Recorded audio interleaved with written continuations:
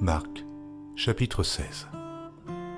Lorsque le Shabbat fut passé, Marie de Magdala, Marie, mère de Jacques et Salomé, achetèrent des aromates afin d'aller embaumer Jésus. Le premier jour de la semaine, elles se rendirent au sépulcre de grand matin, comme le soleil venait de se lever. Elles disaient entre elles, « Mais qui nous roulera la pierre loin de l'entrée du sépulcre ?» Et, levant les yeux, elles aperçurent que la pierre, qui était très grande, avait été roulée. Elles entrèrent dans le sépulcre, virent un jeune homme assis à droite vêtu d'une robe blanche, et elles furent épouvantées. Il leur dit, « Ne vous épouvantez pas, vous cherchez Jésus de Nazareth, qui a été crucifié. Il est ressuscité, il n'est point ici. Voici le lieu où on l'avait mis. Mais allez dire à ses disciples et à Pierre qu'il vous précède en Galilée. C'est là que vous le verrez, comme il vous l'a dit. » Elles sortirent du sépulcre et s'enfuirent. La peur et le trouble les avaient saisies. Et elles ne dirent rien à personne à cause de leur effroi. Jésus, étant ressuscité le matin du premier jour de la semaine, apparut d'abord à Marie de Magdala, de laquelle il avait chassé 7 démons.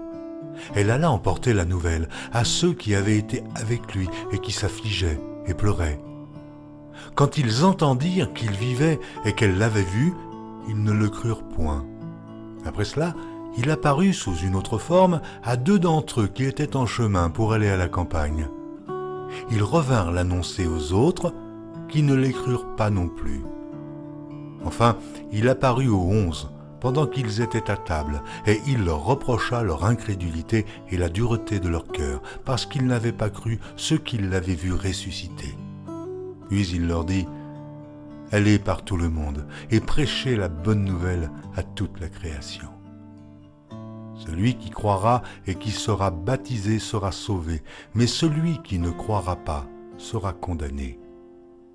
Voici les miracles qui accompagneront ceux qui auront cru. En mon nom, ils chasseront les démons. Ils parleront de nouvelles langues. Ils saisiront des serpents. S'ils boivent quelques breuvages mortels, ils ne leur feront point de mal.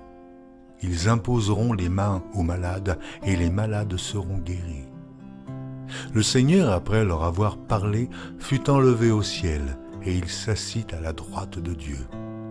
Et ils s'en allèrent prêcher partout. Le Seigneur travaillait avec eux et confirmait la parole par les miracles qui l'accompagnaient.